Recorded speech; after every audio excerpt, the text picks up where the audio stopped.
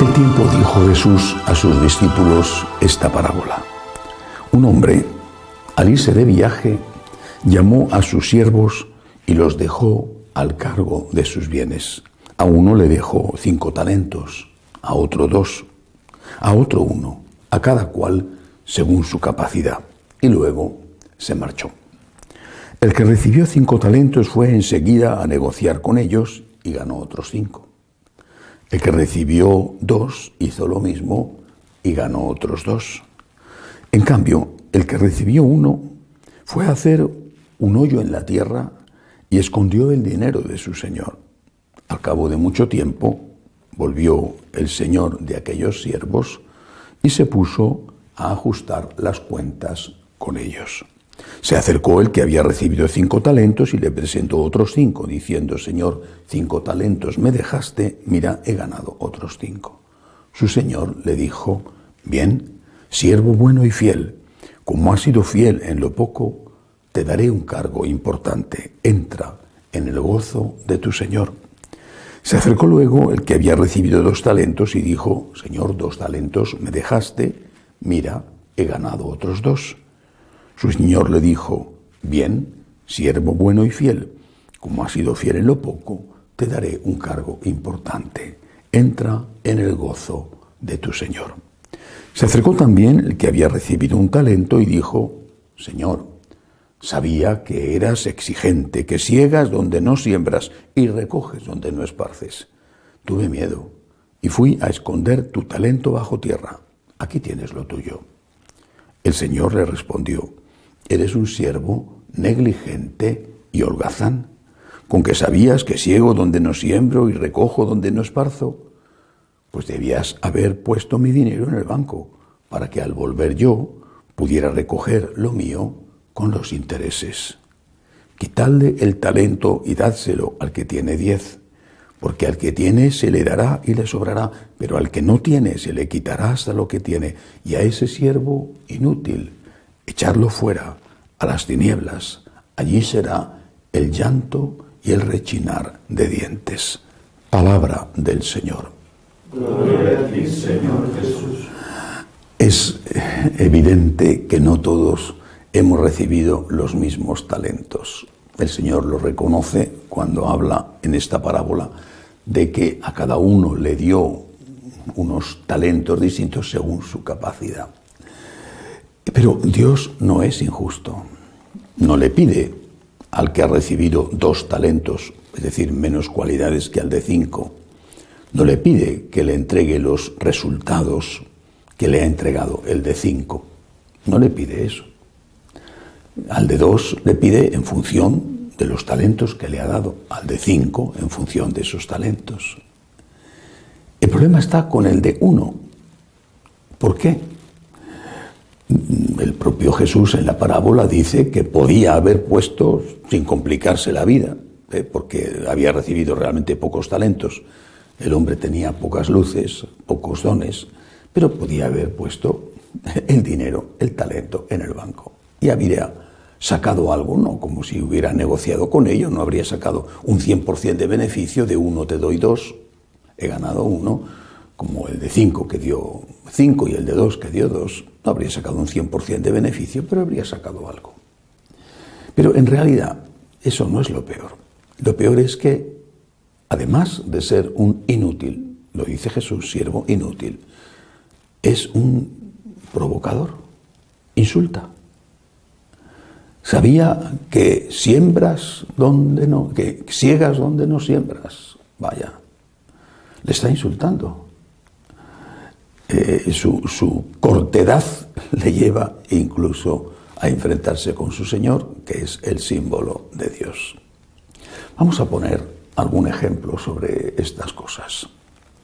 Con frecuencia me encuentro con personas, hablando con ellas, que me escriben, o hacen referencia a otros que están cerca de ellos, en su familia, que se quejan de lo mal que va el mundo y que le reprochan a Dios que vaya tan mal el mundo. ¿Por qué Dios no hace algo? ¿Por qué Dios no hace algo? Dios es el culpable, según ellos, de todo lo que va mal.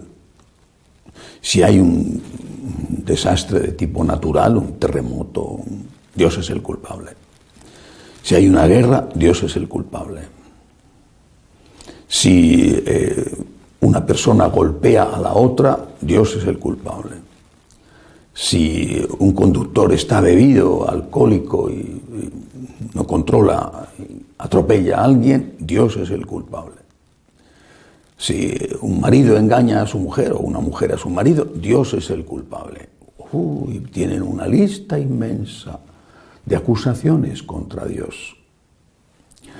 Eso me recuerda una historia. Por supuesto, no es una historia verdadera, pero es una historia muy bonita y con una gran enseñanza. Había una persona así que continuamente le estaba reprochando a Dios todo. Eres culpable de esto, eres culpable de lo otro, eres culpable de lo de más acá, de lo de más allá. Dios es el culpable de todo, de todo, de todo. Y continuamente le reprochaba. ¿Por qué no haces nada? ¿Por qué no haces nada? ¿Por qué permites esto? ¿Por qué no haces nada? Dices que nos quieres y no haces nada. Dices que eres poderoso y no haces nada. ¿Por qué no haces nada? Así, un día tras otro. Hasta que el Señor se cansó y le habló. Bueno, y le dijo, me está reprochando que no he hecho nada. Pero sí que he hecho algo. El otro le contestó lleno de soberbia, porque generalmente los tontos suelen ser soberbios, pero en fin, no todos los casos, pero con frecuencia. Como el que recibió solo un talento. Le contestó lleno de soberbia diciendo, ¿qué has hecho? A ver, dime qué has hecho. Y el Señor le contestó, ¿he hecho algo? Te he hecho a ti. O lo que es lo mismo, ¿qué has hecho tú? Me estás reprochando que no he hecho nada. ¿Y qué has hecho tú? ¿Qué estás haciendo tú? Porque tú estás tranquilamente sentado viendo la televisión, viendo las desgracias que pasan en el mundo. ¿Qué has hecho tú? ¿Qué has hecho tú? ¿Qué estás haciendo tú para quitar el hambre? ¿Qué estás haciendo tú para poner paz? Porque posiblemente tú, que le reprochas a Dios que no haga nada, eres un consumista que derrochas y consumes posiblemente por encima de tus posibilidades, o a costa de tus padres, o a costa del Estado. Y posiblemente tú, que te quejas de que hay guerras en el mundo, no eres una persona pacífica, no eres capaz de perdonar, no eres capaz de pasar la página y olvidar, o no eres capaz de pedir perdón, no eres capaz de reconocer que tienes también tú tus propios fallos. ¿Qué has hecho tú? Porque Dios te ha hecho a ti. Es decir, si tú le reprochas a Dios, es porque crees en Dios. ¿Y no qué sentido tiene reprocharle a alguien a quien no crees? No, a mí no se me ocurre acercarme a una encina y empezar a regañarle a la encina diciendo, es culpa tuya que no haya llovido este año. La encina no me puede responder, sino me pegaría un ramazo y me diría, no puedes ser más tonto de lo que eres. ¿Qué has hecho tú para que las cosas vayan mejor? Tú has recibido pocos talentos, porque si no, no haría esas preguntas. Pero los pocos talentos, ¿cómo los estás empleando? Repito, ¿eres un consumista? ¿Eres una persona violenta, agresiva? ¿Qué has hecho tú? ¿Qué estás haciendo tú? Luego, yo creo que hay también otra cosa, ¿no? que no debemos olvidar, y no solamente con respecto al que ha recibido un talento y se muestra ofensivo, insultante contra su Señor. No debemos olvidar que los dones que hemos recibido tienen que producir un resultado, todos, el que tiene 5, el que tiene 2, el que tiene 1. Y que esto no es opcional. La Iglesia siempre, en su doctrina social, siempre, desde San Pablo está muy claro, dijo, enseñó que la propiedad privada es legítima, pero que sobre la propiedad privada grava una hipoteca social. Es decir, tenemos el deber de hacer el bien. Por supuesto que el primer deber, el básico, es no hacer el mal. No robes, no robes.